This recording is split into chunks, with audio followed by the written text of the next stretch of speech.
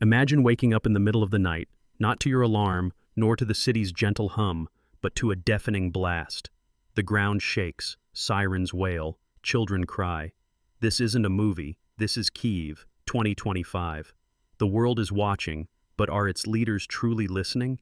And more importantly, are they doing enough, if anything at all, to stop a catastrophe from spiraling even further out of control? 12 people dead, 3 of them children, more than 60 wounded, just from one night's barrage. Russia unleashed 70 missiles and nearly 300 drones, indiscriminately targeting homes. The aftermath: shattered glass, flickering lights, bloodied hands pulling loved ones from rubble. President Zelensky calls for action, for the world's voice. Yet in Washington and other capitals, silence echoes louder than bombs. Is this the breaking point for Ukraine, or the world order itself?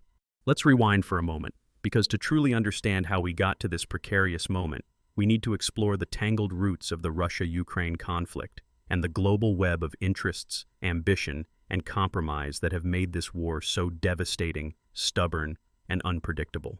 The seeds were sown decades ago. 1991. Ukraine, after centuries of struggle and decades under the Soviet Union's shadow, votes for independence. It's a hopeful, chaotic time. The world is changing. Ukraine chooses its own path, its own government, its own alliances. But this choice is not without consequences. Russia, reeling from its empire's collapse, sees Ukraine's departure as an existential loss. Ukraine is more than a neighbor. It's a bridge, a buffer, a breadbasket, a symbol. As the 2000s dawn, the stakes only rise. The 2004 Orange Revolution signals Ukrainians' democratic aspirations and their desire for closer ties with Europe, not Moscow. 10 years later, the 2014 Revolution of Dignity, sparked by then-President Yanukovych's about-face on an EU association agreement, topples a pro-Russian regime. Moscow responds with annexation. Crimea, once part of Ukraine, now under Russia's flag. In the country's east, Russian-backed separatists dig in, and the world takes sides. The West, led by the US and EU, throws support behind Kyiv, politically, financially, militarily. Russia, feeling encircled by NATO's eastward creep, doubles down. Proxy war, sanctions, ceasefires agreed, then broken. The Minsk agreements, painstakingly drafted, promising peace, become an endless cycle of violation and disappointment. And so, by 2025, Ukraine stands at a crossroads, battered but unbroken. Yet its fate is no longer just its own. As international aid pours in and weapons flow, as diplomats shuttle between European capitals and Moscow, the conflict becomes a global one, a battlefield for competing visions of order, not just for Eastern Europe, but for the very future of international law and sovereignty. But the story doesn't end in the negotiating room. With every new wave of violence, the humanitarian crisis deepens. Nearly 8 million Ukrainians are now internally displaced, according to the latest UN report. Infrastructure, bridges, power grids, hospitals, lies in ruins. The ICC, the world's criminal court, expands its investigation into war crimes, focusing specifically on Russia's systematic targeting of civilian infrastructure. International NGOs, risking their lives, struggle to get food and medical supplies to the front lines, blocked more by shelling than by bureaucracy. And yet, just as the world seems to rally, divisions emerge. On the diplomatic front, the calls grow louder. Stop the bloodshed, enact a ceasefire, enforce the Geneva Protocols. Keith Kellogg, former U.S. envoy for Ukraine, pleads for peace, calling the recent mass casualty attacks a clear violation and shaming the perpetrators. Across the Atlantic, EU Ambassador Mathernova warns, Russia's actions mock the peace process, and only a forceful response will deter further escalation. But words are cheap. As Ukrainian Foreign Minister Serhiy Kyslytsya notes, every round of talks with Russia is met with flat rejection. An unconditional ceasefire is categorically unacceptable from the Kremlin's side. Even potential mediators like the Vatican or Turkey are rebuffed. Russian Foreign Minister Lavrov dismisses the Vatican as inelegant for Orthodox countries, revealing just how little interest Moscow has in compromise. So, is the world helpless? Far from it, at least on the surface. Western governments brandish the threat of sanctions as their weapon of choice. The EU in particular moves swiftly, more restrictions on Russian banks, oil, and trade. German Foreign Minister Johann Wadephul doesn't mince words. Putin's disinterest in peace necessitates stronger EU sanctions to cripple his war machine. Canada and the UK join in, pledging more arms, more money, more resolve. Yet the most powerful player, the United States, stands curiously still. President Trump, after hours on the phone with Vladimir Putin, declines to impose any new sanctions, even after Russia rejects a ceasefire, even as bombs fall on Ukrainian cities.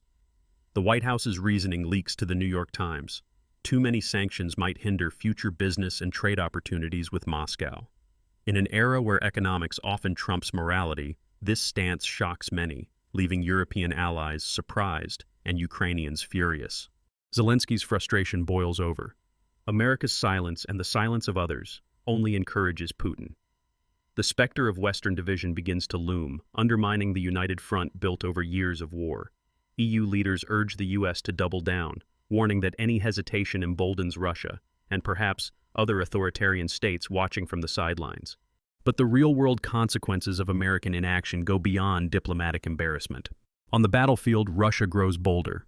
The attacks on May 25th, unprecedented in scale and brutality, showcase the effectiveness of upgraded Iskander missiles and swarms of Iranian-designed drones. Ukrainian spokesman Yuri Ihnat admits, Russia's upgrading of Iskander missiles presents a significant challenge, but we are adapting our defense systems. But for every missile intercepted, another slips through. The cost, in lives and resources, is mounting. In the digital realm, the conflict intensifies. Ukrainian government officials report a surge in cyber attacks, attempts to cripple the power grid, manipulate information, sabotage logistics. It's a war not just of bombs and bullets, but of bytes and disinformation. Civilian infrastructure is fair game. No streetlight, factory, or hospital is truly safe.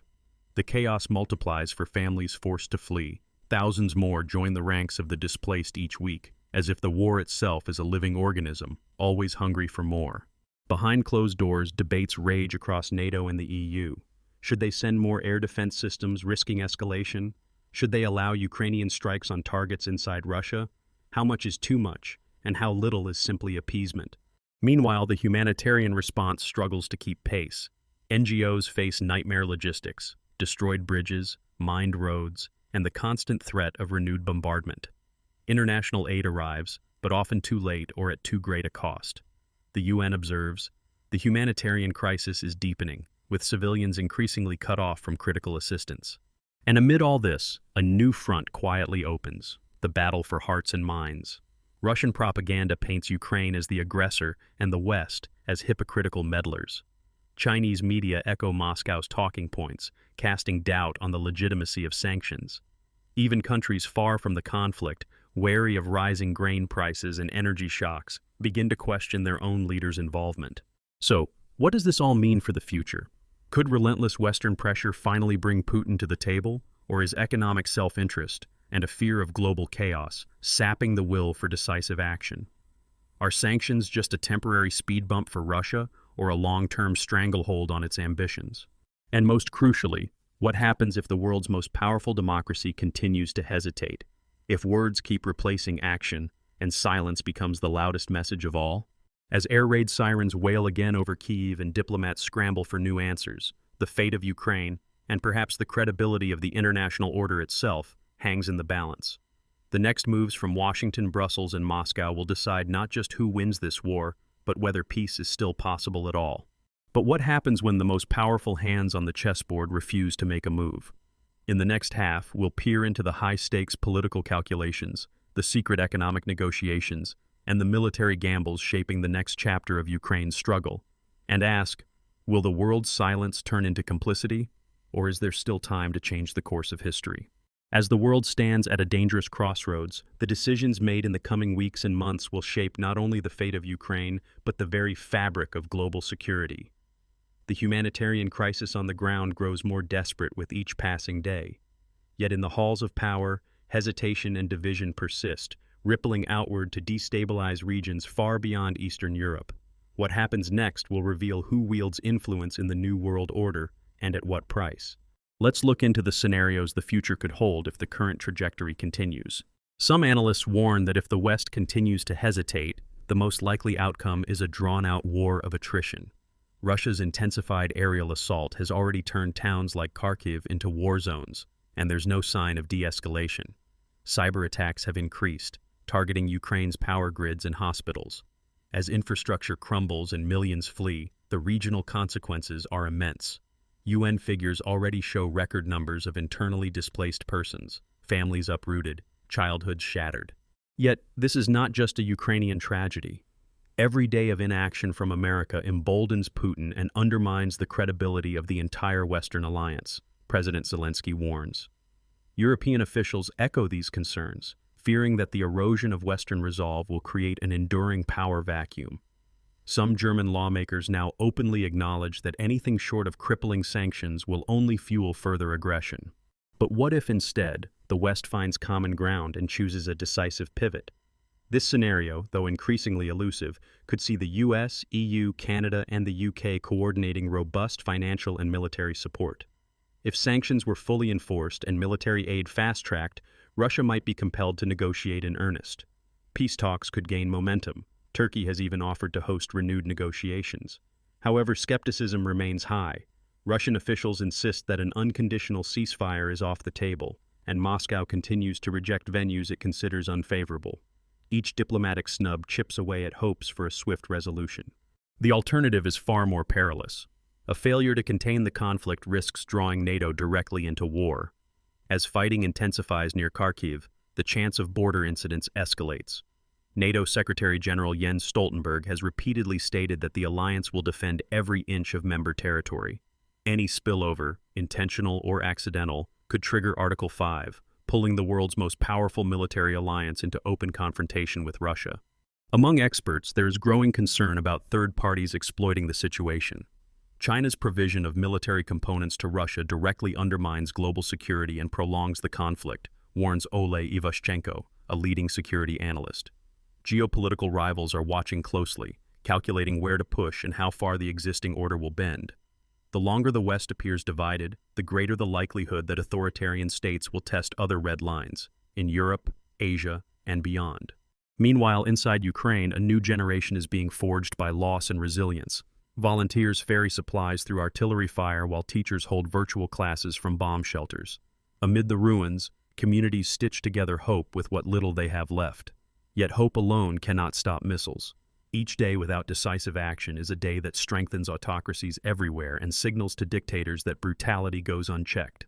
The risks of inaction, therefore, are not abstract. They are measured in lives lost, cities destroyed, and the slow unraveling of post-war consensus. Even the promise of international justice rings hollow as the International Criminal Court struggles to access devastated regions and gather evidence for war crimes prosecutions. But can anything truly shift the momentum? Some diplomats argue that only a tectonic change, such as a seismic political realignment in Washington, a crisis within Putin's inner circle, or a breakthrough in technology that neutralizes Russia's missile advantage, could transform the battlefield reality. Yet waiting passively for such miracles is itself a dangerous gamble. For ordinary viewers, the crisis may feel distant and abstract, but the lessons it offers are immediate and deeply relevant. First, the conflict demonstrates how quickly today's distant headlines can become tomorrow's local crises. Economic shocks triggered by conflict have already driven up global grain prices and fueled inflation. Energy markets remain volatile, leaving millions in Europe and beyond struggling with higher bills. Second, the war is a stark lesson in the fragility of peace. For decades, the assumption was that major wars were a thing of the past in Europe. Yet here we are, facing daily scenes of destruction reminiscent of the 20th century's darkest chapters. This is a call for vigilance. The freedoms and stability we take for granted require constant defense, politically, economically, and militarily. Third, the situation highlights the power and peril of global interconnectedness.